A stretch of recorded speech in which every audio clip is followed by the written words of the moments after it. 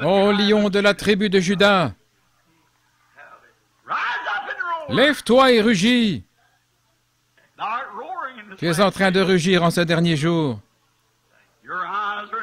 Tu plisses les yeux. Tu regardes en bas.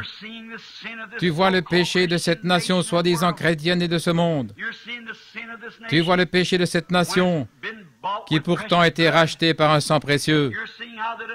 Tu vois que les dénominations sont en train de fouler aux pieds ta parole. Tu vois que les faux prophètes mentent, ils nient la vérité de Dieu.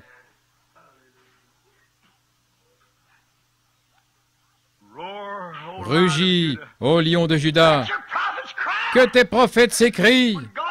Quand Dieu parle, qui peut s'empêcher de prophétiser? C'est la parole de Dieu qui sort de la Bible et qui monte dans le prophète. Comment peut-il se taire? S'il le faisait, il volerait en éclats. Ô Dieu, que ton prophète rugisse, Seigneur. Fais entendre le rugissement de ton message, ô Dieu, et que chaque créature de ton royaume prenne garde. Qu'elle s'arrête, que les femmes s'arrêtent et s'examinent, que les hommes s'arrêtent et s'examinent, que chaque prédicateur qui écoute cette bande s'arrête et s'examine,